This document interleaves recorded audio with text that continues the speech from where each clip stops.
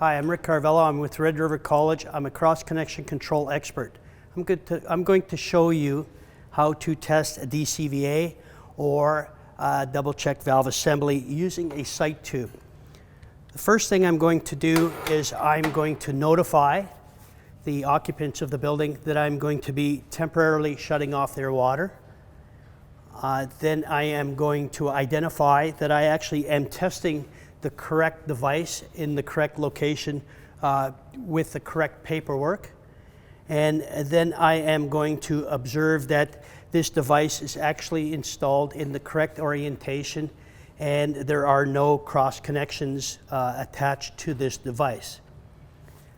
The next thing I'm going to do is I'm going to bleed down the test cocks, test cock 1 to 4, test cock 1, test cock 2, test cock 3, and test cock 4. And the purpose for bleeding these down is because this device has been sitting for a year. There could be dirt and debris in these devices, and we just want to dislodge any dirt or debris that could potentially be in these devices.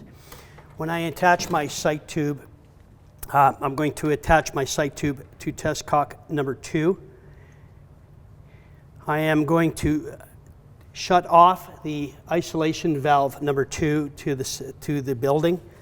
And then I am going to measure 28 inches from the top of the test cock to the top of my sight tube. So I'm going to make a mark at 28 inches.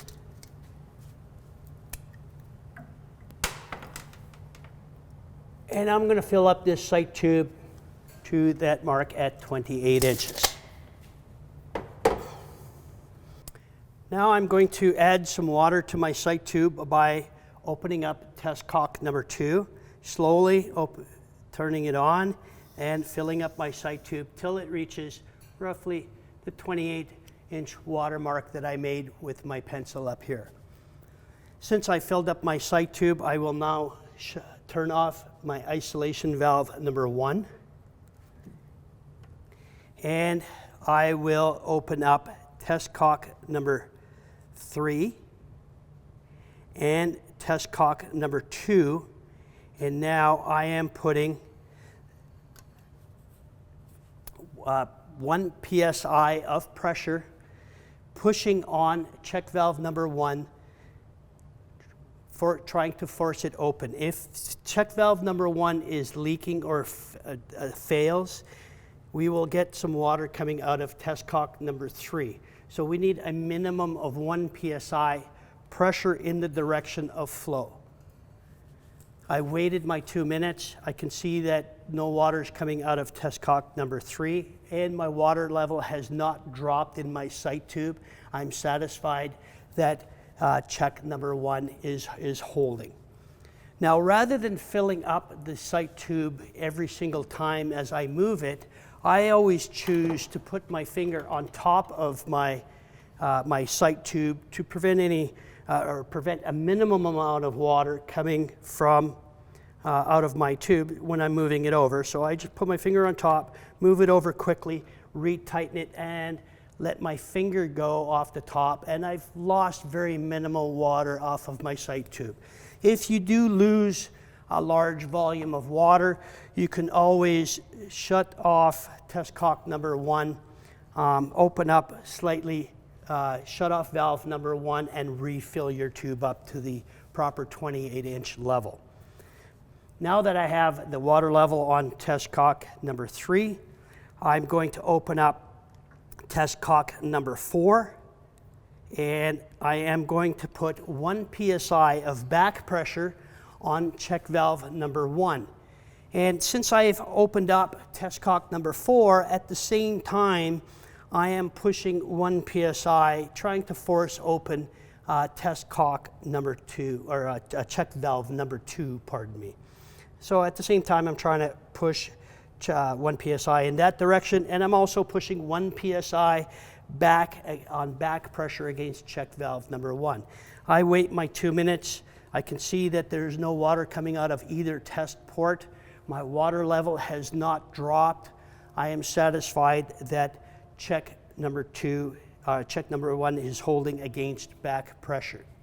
Now we're going to check we're going to do a secondary test, which is check system pressure or line pressure against back pressure. For that, we're going to use a hose. We can now disconnect our sight tube and let it drain. And I have here just a regular hose with some connections on it. And we're going to hook up our hose to test cock number 1, or the high side of our system. So this connection has system pressure on it, or line pressure. And I'm going to hook it up to test cock number 4. I'm going to just hook it on there, just leave it a little bit loose, because I want to evacuate any air within this hose. So I'm going to slowly open up test cock number 1, and I'm going to start getting some water coming out. And once the water starts coming out, I can now tighten it up. I know I'm testing with water. And I'm going to open up the test cock number 4. And now I am sending line pressure through this hose, and I am checking against back pressure on check valve number 2. I still have test cock number 3 in the open position. So if this check valve was failing, we would see it squirting out of test cock number 3. I've waited my 2 minutes. I'm satisfied that it is holding on a back pressure. I can now shut off test cock number 4. I'm going to shut off test cock number 1 temporarily, and then I'm going to move my hose over to test cock number 3. Again, I'm going to loosely put it on, open up test cock number 1 to evacuate any air out of my hose, and then I'm going to tighten it on. I tighten it on. I am testing against back pressure with check valve against check valve number 1. Check valve test cock number 2 is in the open position. So if check valve number 1 is failing, or if it is leaking past that check valve, I would notice it from the water coming out of test cock number 2. I've waited my 2 minutes. I'm satisfied that check valve number 1 is holding back pressure. I can now turn off test cock number 3. I can now turn off test cock number 2, and I can also turn off test cock number 1 and remove my hose. My final test would be to take line pressure or record line pressure with a pressure gauge. So we're going to hook up our pressure gauge to our hose.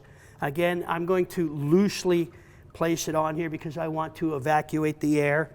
I am slowly going to open up test cock number 1 until the air has been evacuated from the hose.